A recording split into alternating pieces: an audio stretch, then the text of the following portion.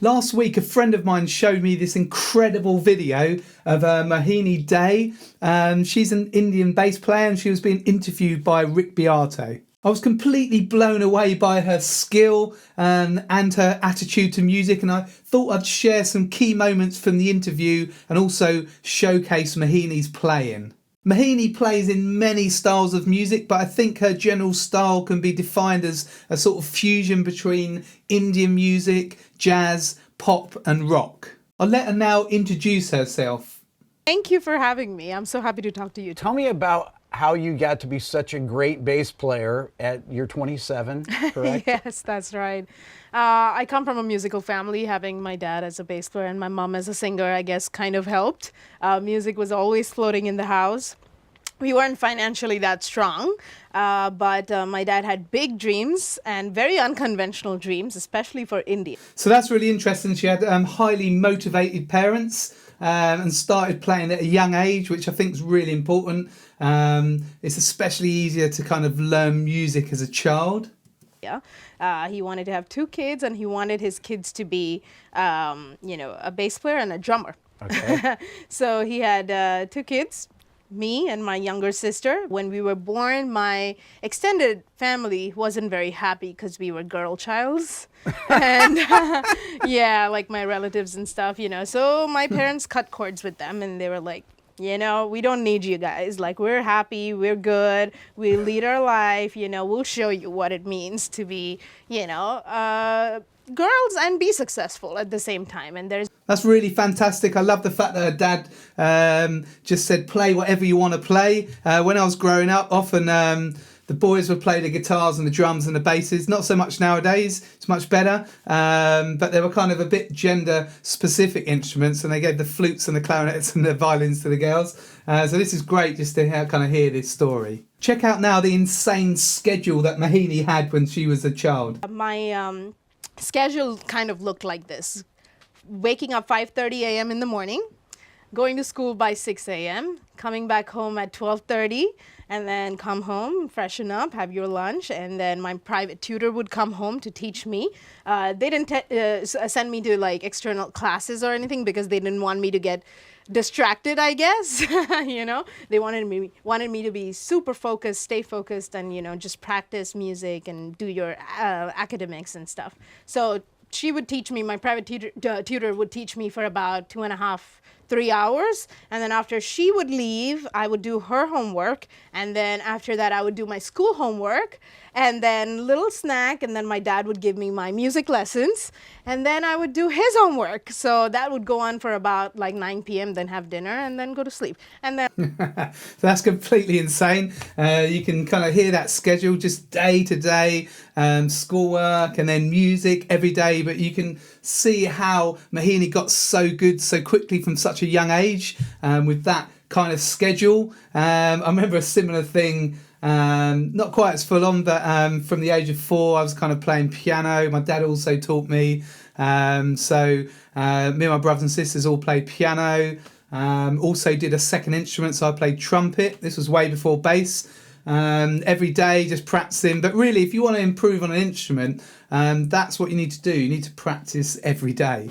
Exactly, all the exercises and stuff. So how old were you when you started doing this? 5? I seriously started taking lessons when I was 6 or 7 years old. Okay. But I was really already playing the bass at the age of 3. So when he used to practice his bass, he would put his headphones on my ears and I started tapping the right tempo. And that's when he realized, like, I've already got rhythm in me, and why not teach her bass, So I love that. Kids just soak it up. So she said she was already kind of playing bass before she'd even pick one up, just listening to her dad. It's so great, children around music, they pick it up really quickly. So she was kind of developing her ear before she even picked the instrument up. Now this next part is particularly interesting. Mohini talks about what she first learned on the bass guitar. If I get that right, I wouldn't be out. Go back to you're a little kid. What kind of stuff is your dad teaching you? Just scales, you know, just normal, just C major, and then different shapes. And then Dorian. Just, you know, simple scales and... Just simple scales and stuff. That was amazing. So she's just sort of running through the major scale first. And then she kind of took it to a different position. Okay, so it's the same scale, just a different fingering pattern. She did the Dorian mode. Okay, that's still the notes from the C major scale on the second note of the scale on D. And then the Phrygian, I think she did. That's on E, so that's on the third degree of the scale. Okay, so she just ran through those. Now, scales are really important. You've got to do them at some part of learning an instrument. So what I'm going to do now, I'm just going to pause from the interview, and I'm just going to show you some scales. I'm going to show you some of the ones that Mohini played and just a few other essential scales. There's a few of them that are really handy to know to help you to sort of construct bass lines and licks and that kind of thing. They also help you to understand harmony and intervals, so really super important. Okay, now I've written out all these scales, these essential scales on a PDF. You can get that by clicking the link below this video. Just have a look there. You can download those in Notation and Tab. If you're enjoying this video, then don't forget to subscribe to my channel. You can do that by clicking the red subscribe button in the corner of the screen. And if you click the bell and select all, you get notified as soon as I release a new video. So first of all, I'll show you the scales that Rohini played. So these are all on the PDF. Scale number 1 was just the major scale in C. Okay.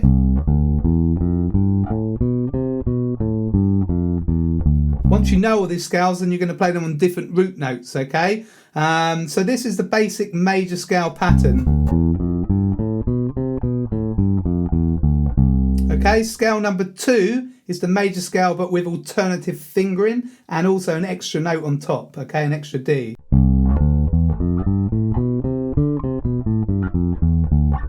Okay, so the same notes, but we're playing the first 3 notes on the A string, and then the next 3 notes on the D string, and then the next 3 notes on the G string, and we're going up to D.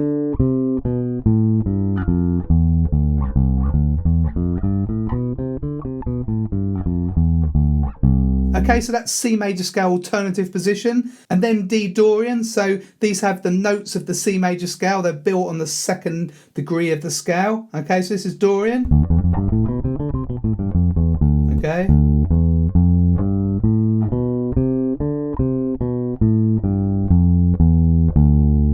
And then the next scale, scale number 4, Phrygian.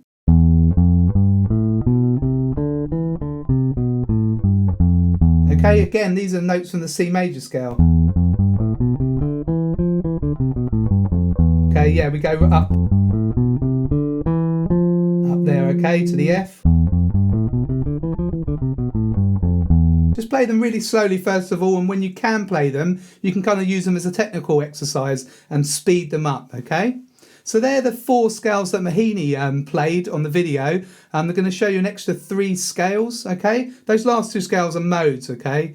But you can think of them as scales as well. So scale number 5, this is C natural minor.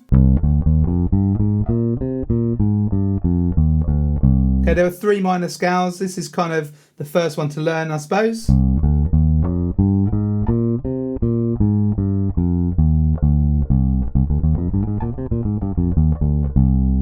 Okay, and then we've got C minor blues scale, really important scale.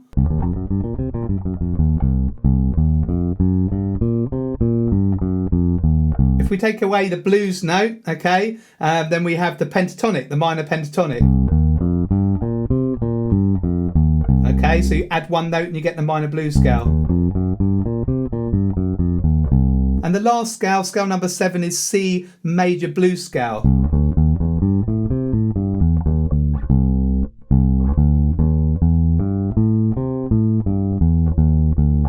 If you take away the blues note, then you get C major pentatonic scale. You can can also play it like this. Okay, but C major blues scale. Okay, so when you're using these blues scales and pentatonic scales, you can use the minor pentatonic and the minor blues scale in the major or minor chord, and you can use the major blues scale and the major pentatonic scale just for a major chord. So once you know these scales, then try them on different root notes to make sure that you understand the shape of the scale, okay? And then these are really useful to use in your bass lines. You can use these pentatonic and blues sounds for licks and for riffs, that kind of thing. When you're constructing walking bass lines, it's handy to know the harmony behind how the major scale works, how these different scale works, okay? So you can download the PDF and then just work on those scales. Stuff. Would he teach you funk stuff? Yes, Okay. he would play a lot of music, different Yep. kinds of music. He would play Mark King, level 42. Yep. So he would first show me how sound is so important, right? So my fingerstyle tone is very different than my slap Right. style tone. This is my, which is very kind of tight and has a lot of attack, whereas Yes. my slap sound is very lot of subs and a lot of high mids, right? Yeah. So when I play slap, when I start slapping, it registers more, it cuts more, right?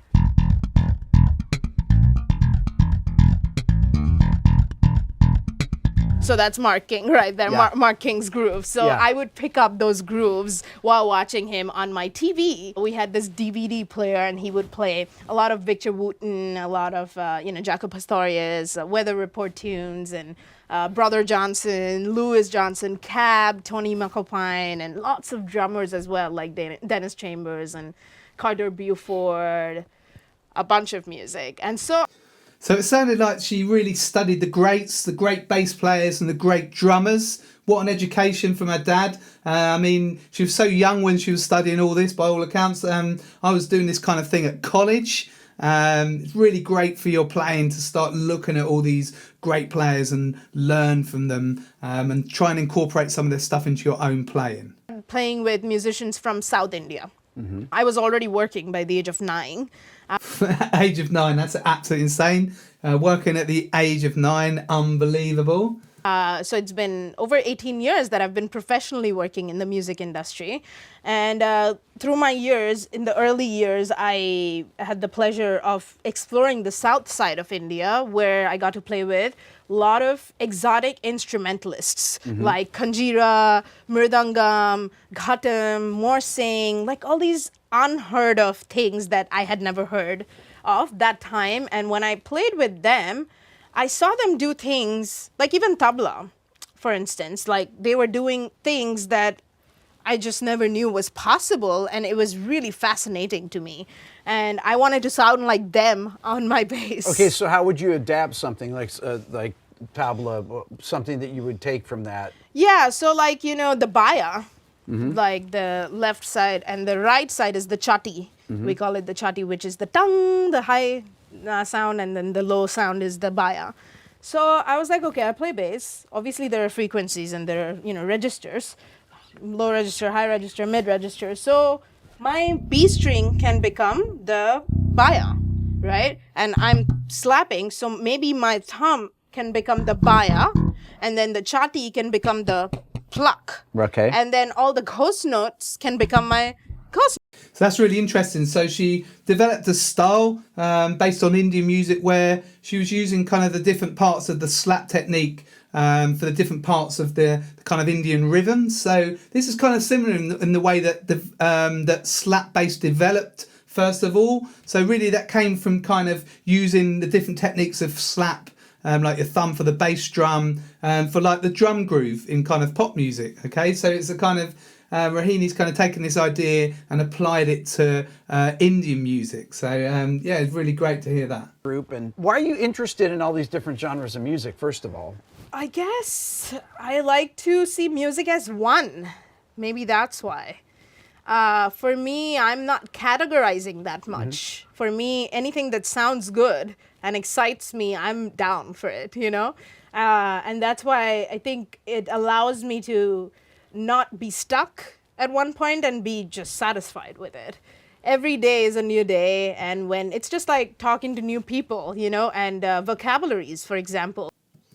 So that's yeah, it's great. I think we try to categorize music all the time nowadays into different styles. The original band I play in the Kendall Connection, everyone's always trying to do that. You know, we kind of play blues, but we're not sort of an authentic blues band. We play a bit of rock in some of our songs, pop. It's a real sort of melting pot, and it's really impossible, especially I find with original bands, to try and kind of work out what the style is, because often it's a mix of many styles. Like our singer's originally from South Africa, so we get occasionally some little kind of African rhythms in there, loads of different kind of musical influences from all four of us from our years of playing as professional musicians.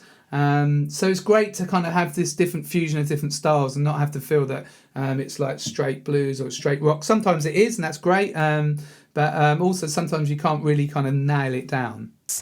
The first song that I wrote for my album was Introverted Soul. Okay. And I wrote that when I was 13 years old, and that is my biggest hit on the album. That has the most number of views. That is the song that people are talking about, and that was very surprising to me because that was the first song I wrote, and I think that's what I mean by, like, you know, representation and like putting your feelings and your experiences in your music. When you have the tools to do that, you are able to do that. But okay, so definitely check her music out. There's some really, really crazy playing on some of it. I love the kind of slower, more melodic solo bass style that she does as well. So I found a lot of Mohini's music on YouTube. Loads of videos there, so definitely go and check it out. Whatever kind of style of music I'm sure you'll love some of what she's doing. Have you transcribed bass lines from people or learned solos at all?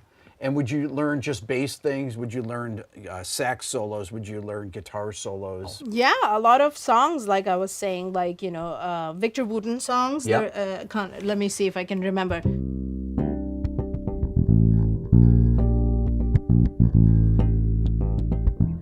So I think that's called More Love or The Lesson by Victor Wooten.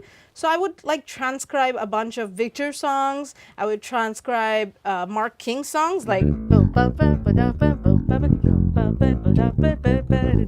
So yeah, all the great players, all of them transcribe. So I really encourage you to do that if you want to improve on the bass.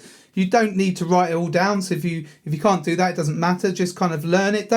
Don't learn, like, you don't have to learn like the whole bass line, just little sections that you like. And also listen to other players transcribe like sax solos or bits of sax solos. You can learn so much. You can, if you listen to a bass player, for example, you can work out, you can have a better idea of the role of bass. You can learn what they do, pick up little tricks, licks, that kind of thing, and kind of incorporate them into your own playing.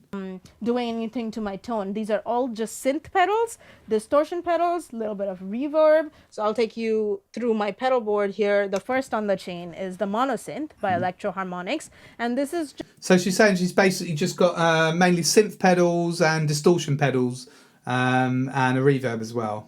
you know, just synth sound. So like,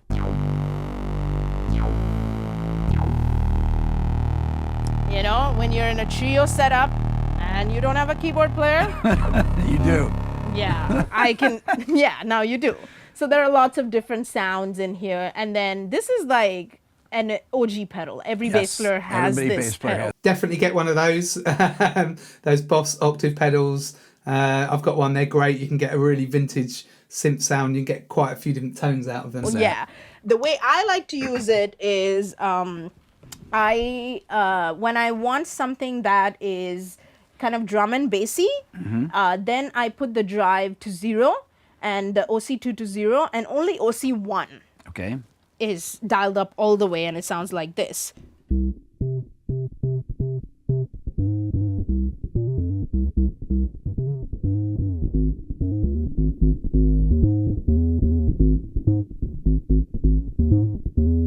So you can.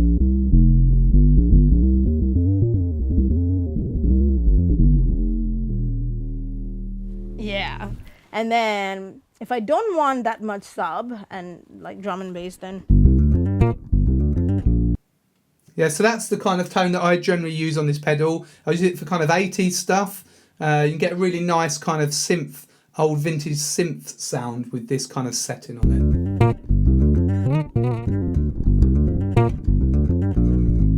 So just different modes, you know, to desired liking.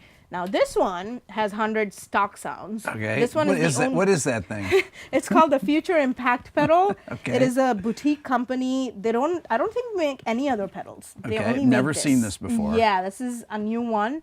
And I got this 2 years ago, I think. And So if you're into the pedals, then definitely check out more of this video, this part of it. She goes through some of the other ones. There's some crazy sounds there. It's really cool to see kind of all the pedals that she kind of takes on the main pedal board. Well, I hope that you enjoyed my breakdown video of this interview. This is the first time I've done this kind of style video, so let me know what you thought in the comments below. Also, don't forget to subscribe to my channel. That really helps me out, and also to like my video. And if you felt you got value out of this video, you can always buy me a coffee. They're $5. The details are at the bottom of the screen here, or you can click the links below in the description. If you want to work on your bass playing, you want to get better, you want to improve to play in a band or just with your mates, then check out my website, gbshed.com. I've got bass lessons over there. I've got video courses, my bass membership, the GBS Bass Masters. So you'll find all that on the website. That's gbshed.com.